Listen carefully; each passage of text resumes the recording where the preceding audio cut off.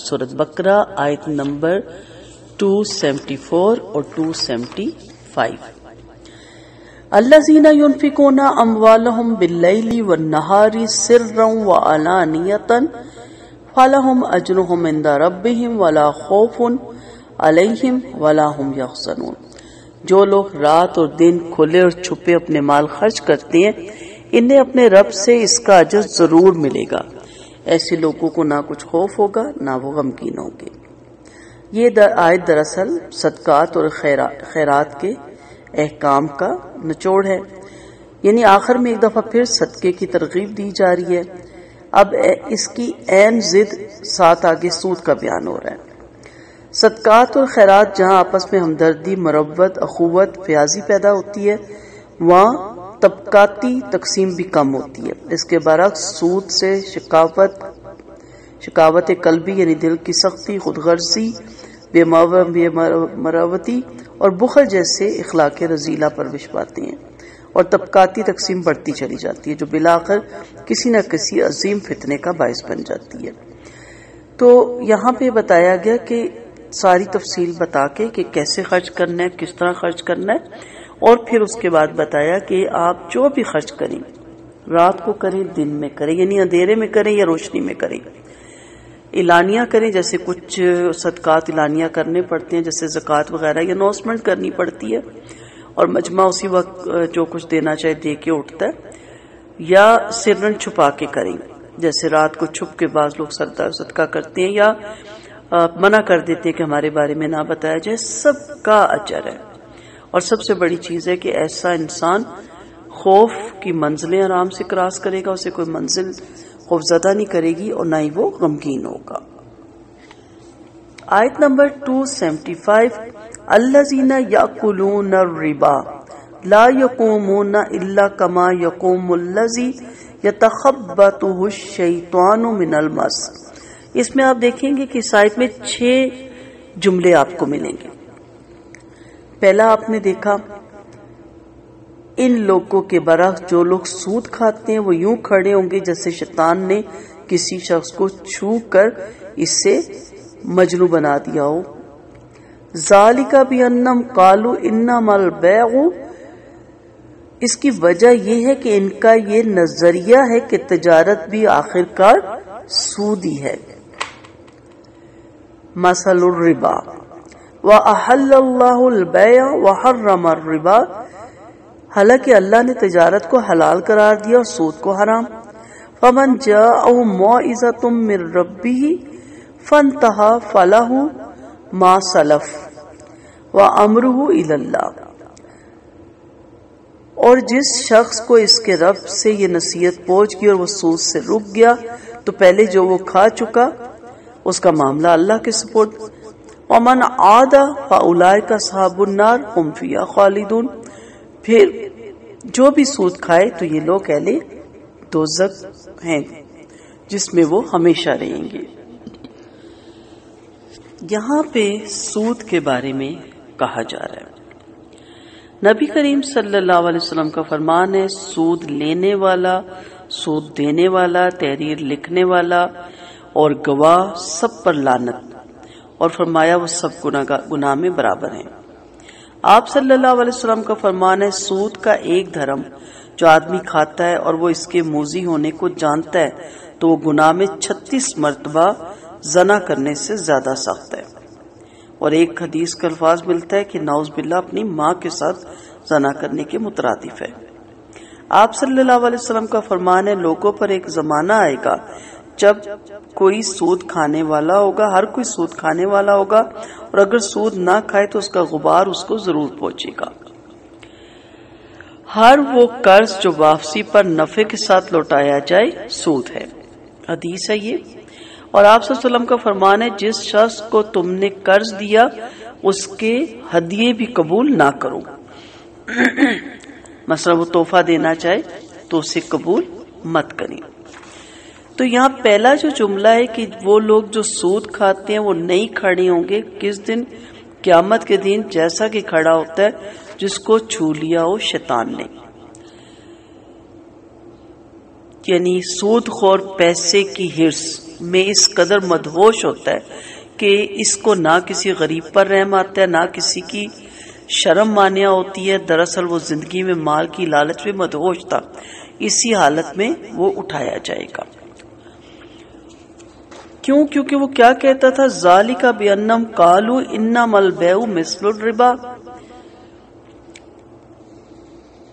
یعنی وہ کیا کہتا تھا کہ جو سود ہے وہ جو ہے تجارت ہی ہے۔ اب دو گناہ ہو گئے، ایک تو سود کے حرام مال کو کھایا، دوسرا اس کو حلال بھی سمجھا اور تجارت کے مثل بھی کہا۔ اللہ تعالیٰ نے حاکمانہ جواب تیسرے جملے میں ارشاد فرما دیا۔ اللہ تعالیٰ نے فرمایا وَأَحَلَّ اللَّهُ الْبَيْعَ وَحَرَّمَ الرِّبَا، بے حکم خداوندی بیع اور ربا میں زمین و آسمان کا فرق ہے۔ بیع تجارت ہے، اس پہ بھی تفصیل سے بات کرتے ہیں، اور جو سود ہے وہ سود ہے۔ شب معراج میں آپ صلی اللہ علیہ وسلم نے لوگوں کو دیکھا جن کے پیٹ بڑے بڑے گھروں کی مانند تھے۔ پوچھا یہ کون لوگ ہیں؟ بتایا گا سود اور بیاج لینے والے۔ اور روایت میں ہے کہ ان کے پیٹوں میں سانپ بھرے ہوئے تھے جو ڈستے رہتے تھے۔ استغفر اللہ۔ ایک طویل حدیث میں ایک یہ بھی بات پتہ چلتی ہے کہ جب آپ صلی اللہ علیہ وسلم معراج کی رات ایک سرخ نہر پر پہنچے جس کا پانی مثل خون کے سرخ تھا، تو آپ فرماتے ہیں میں نے دیکھا اس میں کچھ لوگ بمشکل کنارے پر آتے ہیں تو ایک فرشتہ بہت سے پتھر لیے بیٹھا ہے، وہ ان کا منہ پھاڑ کر ایک پتھر ان کے منہ میں اتار دیتا ہے اور پھر یہ بھاگتے ہیں، پھر یہی ہوتا ہے۔ تو میں نے پوچھا تو معلوم ہوا یہ سود خوروں کا گروہ ہے۔ استغفر اللہ۔ اور ان پر یہ وبال اس باعث ہے کہ یہ کہتے تھے تجارت بھی تو سود ہی ہے۔ ان کا یہ اعتراض شریعت اور احکام الہی پر تھا۔ وہ سود کو تجارت کی طرح حلال جانتے تھے، جبکہ بیع پر سود کا قیاس کرنا غلط ہے۔ حقیقت تو یہ ہے کہ مشرکین تو تجارت کا شرعاً جائز ہونے کے بھی قائل نہیں، ورنہ یوں کہتے کہ سود مثل بیع کے ہے۔ ان کا یہ کہنا تھا کہ تجارت اور سود دونوں ایک جیسی چیزیں ہیں، پھر کیا وجہ ایک کو حلال کہا گیا اور دوسرے کو حرام؟ یہاں پہ ان چیزوں کا اللہ تعالیٰ نے ان کو جواب دیا۔ تفصیل سے یہ سارا دیکھیں گے، ابھی میں مختصر دیکھ رہی ہوں۔ فَمَنْ جَاءَهُ مَوْعِظَةٌ مِّن رَّبِّهِ فَانتَهَىٰ فَلَهُ مَا سَلَفَ، تو اگر جو ہو چکا وہ واپس کرنا ضروری نہیں۔ راہ باطن کا معاملہ تو سچے دل سے توبہ کی جائے اور آئندہ یہ کام نہ کیا جائے، اور اس کا حکم اللہ کے سپرد۔ اگر صدقے دل سے توبہ کی تو انشاءاللہ اللہ تعالیٰ اس کی جزا بھی دیں گے اور اس گناہ کو معاف بھی کریں گے۔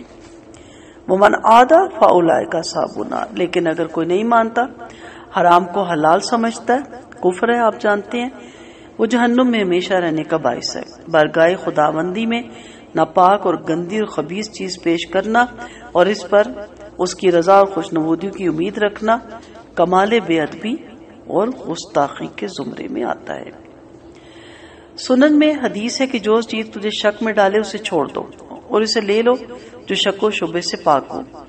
آپ صلی اللہ علیہ وسلم کا فرمان ہے گناہ وہ ہے جو دل میں کھٹکے، طبیعت میں تردد ہو اور اس کے بارے میں لوگوں کا واقف ہونا اسے برا لگے۔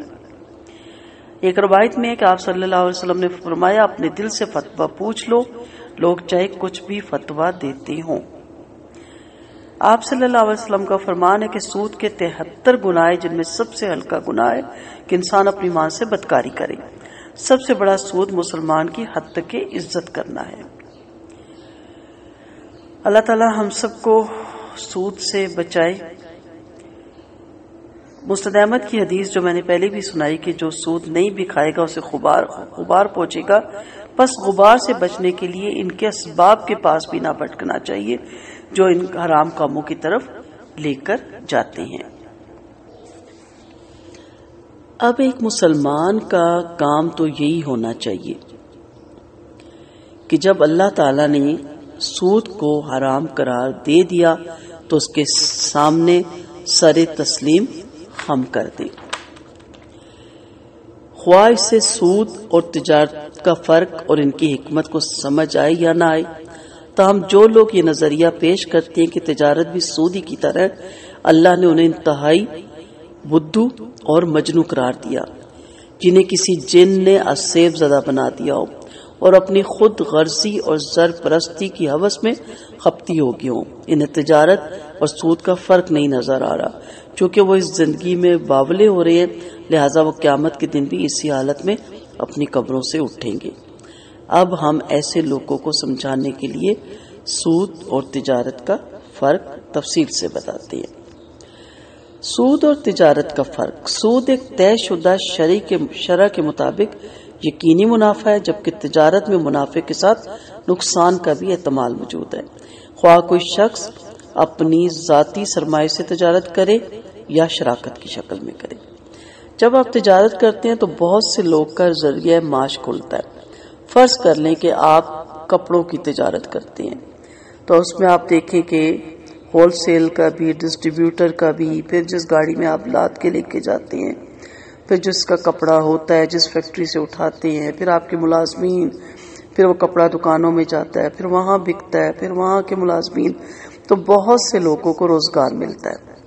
جبکہ سود آرام سے گھر بیٹھے اپنا 10-20 لاکھ بینک میں رکھوائیں، اس کا پروفٹ کھائیں، اللہ اللہ خیر صلاح، تو خیر نہیں ہوتی، کیونکہ بے روزگاری بڑھتی ہے، لوگ ہینڈ ٹو موت ہوتے ہیں، اور ایک بندہ بیٹھا ہوا پیسہ کھا رہا ہوتا ہے۔ تو یہ فرق ہے سود میں اور تجارت میں۔ دراصل سود خور یہودیوں کا قول ہے، اور آج کل بہت سے مسلمان بھی اس نظریے کی نمائندگی کر رہے ہیں کہ تجارتی سود بھی حرام ہے۔ سودی قرضے دراصل دو طرح کے ہوتے ہیں: ذاتی قرضے یا مہاجنی قرضے، یعنی وہ قرضے جو کوئی شخص اپنی ذاتی ضرورت کے لیے کسی مہاجن یا بینک سے لیتا ہے، اور دوسرے تجارتی قرضے جو تاجر یا صنعت کار اپنے کاروباری اغراض کے لیے بینک سے سود لیتا ہے۔ اب جو مسلمان سود کے جواز کی نمائندگی کرتے ہیں، وہ یہ کہتے ہیں کہ جس سود کو قرآن نے حرام کیا وہ ذاتی یا مہاجنی قرضے ہیں، جن کی شرح سود بڑی ظالمانہ ہوتی ہے، اور تجارتی سود ہے وہ حرام نہیں، کیونکہ اس دور میں ایسے تجارتی سودی قرضے کا رواج ہی نہ تھا۔ نیز ایسے قرضے چونکہ رضامندی سے لیے جاتے ہیں اور ان کی شرح سود بھی گوارا اور مناسب ہوتی ہے، اور فریقین میں سے کسی پر ظلم بھی نہیں ہوتا، لہٰذا یہ تجارتی سود اس سود سے مستثنی ہے جنہیں قرآن نے حرام قرار دیا۔ یہاں یاد رکھیں کہ جو قرضے مہاجن سے لیے جاتے ہیں بینک سے، تجارتی سود کے تمام دلائل تو بیان نہیں کیے جا سکتے، لیکن مختصر چیزیں آپ کو بتائی جا سکتی ہیں۔ نمبر 1، دور نبوی صلی اللہ علیہ وسلم میں تجارتی سود موجود تھا، اور سود کی حرمت سے بیشتر صحابہ میں سے سیدنا عباس رضی اللہ عنہ اور خالد بن ولید ایسے ہی تجارتی سود کا کاروبار کرتے تھے۔ اس دور میں عرب اور بالخصوص مکہ اور مدینہ میں لاکھوں کی تجارت ہوا کرتی تھی۔ علاوہ ازیں ہمسائے ممالک میں تجارتی سود کا رواج عام تھا۔ پھر قرآن میں ربا کا لفظ علی الاطلاق استعمال ہوا، جو ذاتی اور تجارتی دونوں قسم کے قرضوں کو حاوی ہے، لہذا تجارتی سود کو اس علی الاطلاق حرمت سے خارج نہیں کیا جا سکتا۔ قرآن نے تجارتی قرضوں کے مقابل میں یہ آیت پیش کی، وَحَلَّ اللَّهُ الْبَيْعَ وَحَرَّمَ الرِّبَا، اللہ نے تجارت کو حلال کیا اور سود کو حرام، جبکہ ذاتی قرضوں کے مقابلے میں یوں فرمایا، یمحق اللہ الربا ویربی الصدقات۔ یہ آیت نمبر 276 میں آپ پڑھیں گے، اللہ سود کو مٹاتا ہے اور صدقات کی پرورش کرتا ہے۔ جہاں تک کم یا مناسب شرح سود کا تعلق ہے تو یہ بات آج تک طے نہیں ہوئی کہ مناسب شرح کیا ہوتی ہے۔ سود تو سود ہے۔ باہمی رضامندی کی شرط صرف جائز معاملات میں ہے، یہاں تک کہ باہمی رضامندی کا تعلق ہے تو یہ شرط صرف حلال معاملات میں، جس کا مطلب یہ ہے کہ حلال اور جائز معاملات میں بھی اگر فریقین میں سے کوئی ایک راضی نہ ہو تو وہ معاملہ حرام اور ناجائز ہوگا۔ جیسے تجارت میں مال بیچنے والا اور خریدنے والے دونوں کی رضامندی ضروری ہے، ورنہ بیع فاسد اور ناجائز ہوگی۔ اسی طرح نکاح میں بھی فریقین کی رضامندی ضروری ہے، لیکن یہ رضامندی حرام کاموں کو حلال نہیں بنا سکتی۔ اگر ایک مرد اور ایک عورت باہمی رضامندی سے زنا کریں تو وہ جائز نہیں ہو جاتا، اور نہ ہی باہمی رضامندی سے جوا جائز ہو سکتا ہے۔ اس طرح سود بھی باہمی رضامندی سے حلال اور جائز نہیں ہو سکتا۔ بینک والے بھی رضامند ہیں اور آپ بھی، جائز نہیں ہو گیا یہ۔ علاوہ ازیں سود لینے والا کبھی سود دینے پر رضامند نہیں ہوتا، خواہ شرح سود کتنی کم نہ ہو، بلکہ یہ اس کی مجبوری ہوتی ہے، اور اس کی دلیل یہ ہے کہ اگر اسے کہیں سے قرض حسنہ مل جائے تو کبھی سود پر رقم لینے کو تیار نہ ہو۔ رہی یہ بات کہ تجارتی سود میں کسی فریق پر ظلم نہیں ہوتا، گویا یہ حضرات سود کی حرمت کی علت یا بنیادی سبب ظلم قرار دیتے ہیں، حالانکہ یہ تصور ہی غلط ہے۔ اس آیت کے سیاق کو سباق سے واضح ہے کہ یہ الفاظ سودی معاملات کو ختم کرنے کے لیے ایک احسن صورت پیش کرتی ہے، یعنی نہ تو مقروض قرض خواہ کی اصل رقم بھی دبا کر اس پر ظلم کر رہے اور نہ قرض خواہ مقروض پر اصل کے علاوہ سود کا بوجھ بھی لاد دے۔